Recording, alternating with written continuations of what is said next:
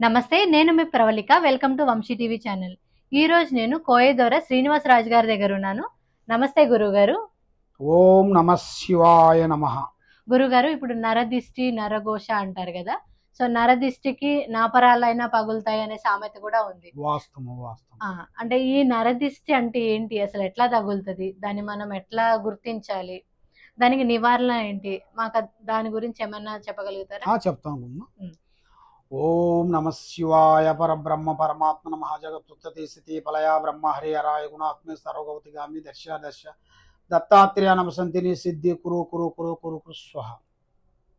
ప్రజలందరికీ నమస్కారము. చాలా మంచి ప్రశ్న అడిగావమ్మా. ఈ నరదిష్టి గురించి చాలా మంది విధానాలుగా ప్రతి ఒక్కరికి నరదిష్టి అంటే ప్రతి ఒక్కడికి ఉంటుందమ్మా. మనం బాగున్నామంటే మన పక్కన వాళ్ళే మన గురించి అనుకుంటుంటారు. అవును. మన ముందు అనకపోయినా కూడా మన వెనకాల కూడా అనుకుంటుంటారు. మనం అనుకోకుండా కూడా ఆ భగవంతుడు దయ వల్ల మనం పడ్డ కష్టమే మనకి ఫలించినప్పుడు కష్టే ఫలి అన్నాడు. అంటే మనం చేసే కష్టం మనకి ఫలించినప్పుడు, మనం ఒక స్థాయిగా వచ్చినప్పుడు, ఒక ఎదిగినప్పుడు ఆటోమేటిక్ అనేది ఆ నరదిష్టి అనేది పడిపోతుంది. మంచిగా మన ఇంట్లో నుంచి బయటికి వెళ్ళేటప్పుడు ఒక మంచి డ్రెస్ వేసుకుంటామమ్మా. ఒక ఆఫీసుకు కానీ, ఒక సినిమాకో, ఒక షాపింగ్ మాలో, ఒక బంధువు ఇంటికో, ఒక స్నేహితుడి ఇంటికో, ఒక కళ్యాణం గురించో, ఒక స్నేహితుడు ఏదన్నా ఫంక్షన్ గురించో జరుగుతుంటాయి. అలాంటి జరిగినప్పుడు మనం ఏం చేస్తామంటే మనం ఎలా ఉన్నామో అలా వెళ్ళాం కదా. చక్కగా తయారయ్యి మంచిగా ఆడవాళ్ళు అయితే మంచి చీర కట్టుకొని, మంచి బొట్టు పెట్టుకొని ప్రశాంతంగా వెళ్తారు. మగవాళ్ళు కూడా వాళ్ళు ఎలా ఉంటాయో డ్రెస్సులు అలాగనేది వేసుకొని వెళ్తుంటారు.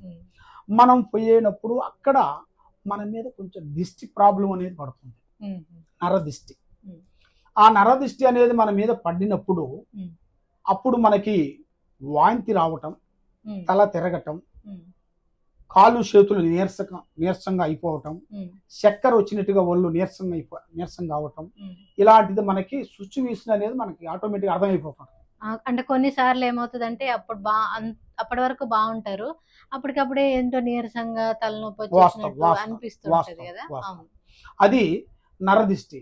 ఇంతకు ముందు కాలంలో చాలా మంది బయటికి పోయి ఏదైనా పని చేసుకొని ఇంటికి వచ్చేటప్పుడు ఏం చేస్తారంటే తల్లిదండ్రులు కానీ పెద్దవాళ్ళు కానీ వాళ్ళకంత అనుభవం ఉంది కాబట్టి ఇంట్లోకి రాకముందే చేతిలో ఉప్పు, మిరపకాయ, ఎంట్రికలు తీసుకొని వచ్చిన తల మీద నుంచి 9 సార్లు దిగదూరు చేసేసి ఒక ప్లేట్లో దాంట్లో ఎర్రటి నీళ్లు, కుంకుమ నీళ్లు పోసేసి దాంట్లో ఆర్తకర్పూరం వెలిగించేసి దిష్టి తీస్తారు.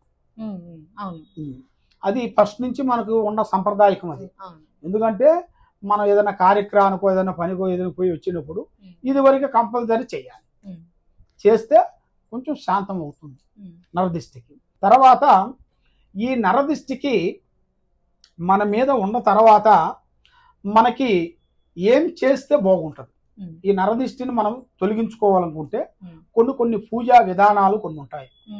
ఎందుకంటే మనం పొద్దున్న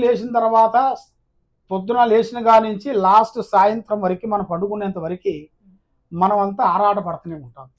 అది కావాలి, ఇది కావాలి, అది కావాలి, ఇది కావాలి అనేది మనిషికి ఆశ. మానవ జీవి ఆశాజీవి కాబట్టి మనిషికి అది కావాలి, ఇది కావాలని అనుకుంటాం.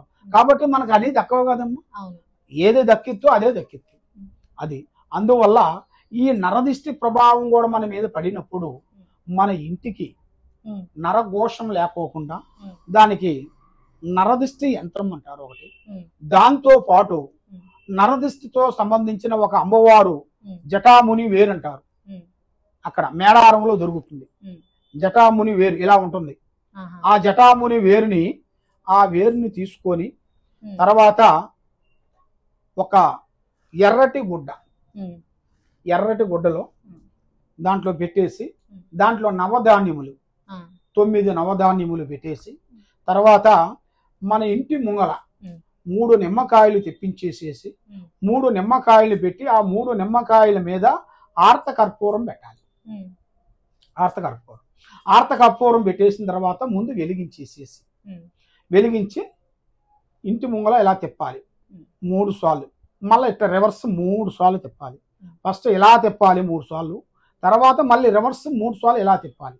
తిప్పేసి ఆ నిమ్మ పండ్లు కట్ చేయాలి.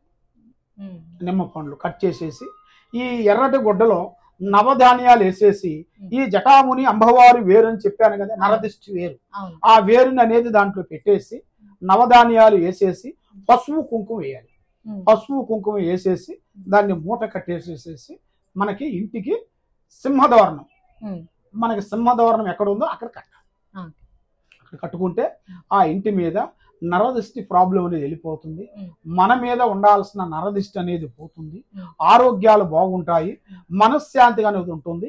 కాబట్టి ఆ వేరు గురించి మీరు చెప్పారుగా గురువు గారు, మరి అది ఎక్కడ దొరుకుతుంది, కొట్లో దొరుకుతా ఎక్కడ దొరుకుతా అనేది చాలా మందికి చాలా సందేహాలు ఉంటాయి. కాబట్టి అది ఎక్కడంటే అక్కడ దొరికేది కాదు.